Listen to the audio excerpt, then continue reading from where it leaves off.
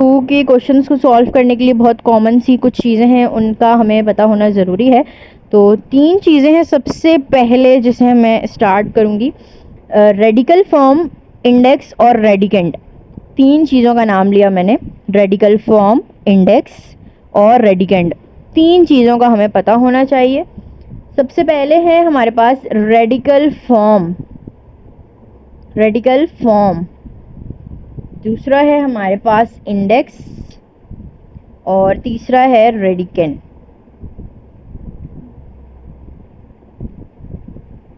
तीन चीज़ों का नाम लिया मैंने।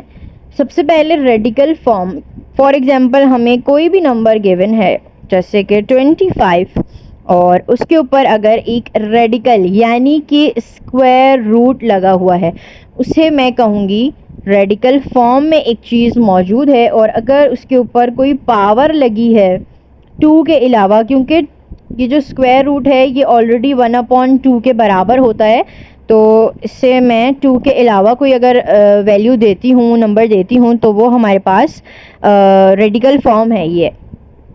अब इंडेक्स, इसके अंदर इंडेक्स क्या है हमारे पास? इंडेक्स हमेशा इस छोटी सी पावर को कहते हैं।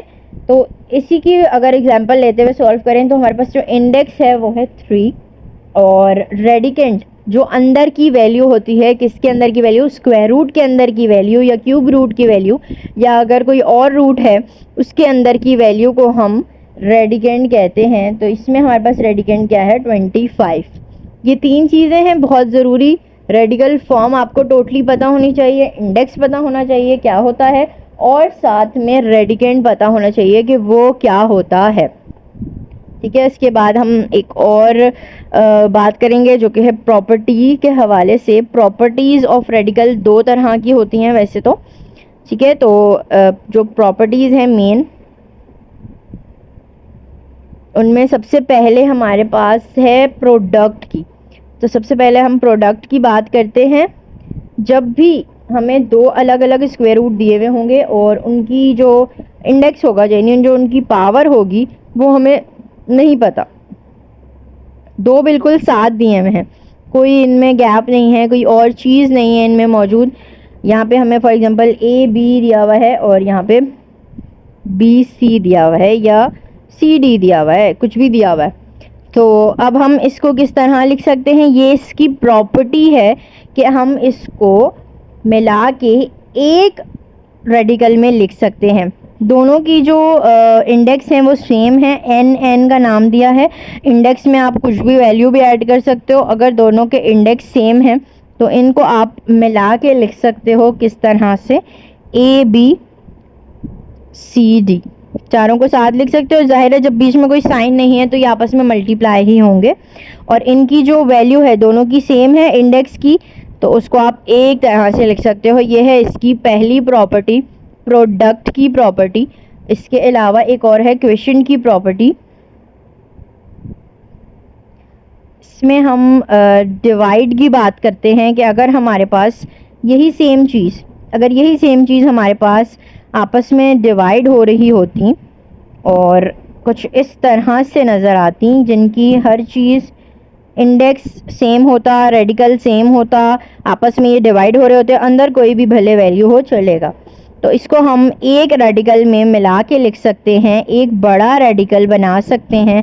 उसके अंदर जो वैल्यू है अपनी उसी वे में लिखेंगे, AB ऊपर और CD नीचे, और जो हमारे पास इंडेक्स है चूँकि वो सेम है तो उसको हम एक बार लिख सकते हैं। ये है इसकी सेकंड प्रॉपर्टी। इनमें हम नंबर्स की एग्जांपल लें तो कुछ इस तरह से हो सकती है कि पावर 3 है इंडेक्स की और अंदर वैल्यू है 8 और मल्टीप्लाई हो रही है पावर इंडेक्स की 3 से, और CD की जगह पे है फॉर एग्जांपल 27 या कोई भी और नंबर हो सकता है, कोई फ़र्क नहीं पड़ता। तो हम 8 और 27 को आपस में कुछ इस तरह से लिख सकते हैं और पावर को एक मर्तबा लिख सकते हैं। ये हमारी पहली प्रॉपर्टी हो गई। और दूसरी में बिल्कुल ही इसी तरह से अगर पावर फॉर एग्जांपल 3 है, ठीक है, हमारे पास एक नंबर जो है वो है 64 है फॉर एग्जांपल, और नीचे वाला जो है इंडेक्स के साथ है 8, तो इसको हम किस तरह से लिख सकते हैं? एक रेडिकल बना के और उसकी जो पावर है यानी इंडेक्स है, पावर मैं बार बार इसलिए बोल रही हूँ ताकि समझने में थोड़ा सा आसान हो, वैसे इसको इंडेक्स कहते हैं, पावर नहीं कहते। इंडेक्स में 64 और नीचे 8, इस तरह से हम लिख के आगे सॉल्व कर सकते हैं। अब बात करते हैं एक अलग बात की, जो कि है रिड्यूसिंग द इंडेक्स, जो कि हमारी बुक में मौजूद है, इसलिए बता रही हूँ। रिड्यूसिंग द इंडेक्स, तो इसमें हम क्या करेंगे, अगर फॉर एग्जांपल हम बुक की ही एग्जांपल ले लेते हैं। बुक में कुछ इस तरह से एग्जांपल दी हुई है। अंदर 9 की जो पावर है ना वो 6 है, 9 की पावर 6 दी हुई है, और जो हमारे पास रेडिकल में है वो है 12, सॉरी इंडेक्स में जो है वो हमारे पास है 12। अब इसको सॉल्व करना अपने दिमाग में बहुत मुश्किल काम है, बहुत जो एक्सपर्ट होते हैं वो ही कर सकते हैं। तो हम अपने आसानी के लिए क्या कर सकते हैं, इसमें एक काम ये किया जा सकता है कि हम जो हमारी जो इंडेक्स है उसको हम लेके आ जाएं इस पावर के साथ।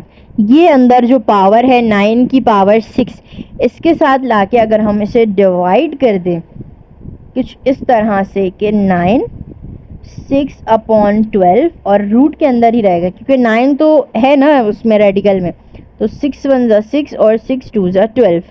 ठीक है, तो अब ये हमारे पास बन गया 1/2। हमने ऊपर भी इसकी बात की थी कि हमारे पास जो अपना रेडिकल है वो 1/2 के बराबर होता है।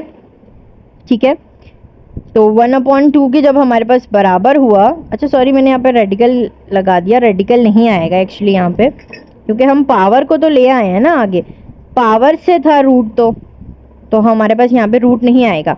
रूट हमारे पास अब आएगा जब हमने 1/2 देखा, तो हमें पता चल गया कि 1/2 किसके बराबर होता है, अंडर रूट के बराबर होता है या स्क्वायर रूट के बराबर होता है।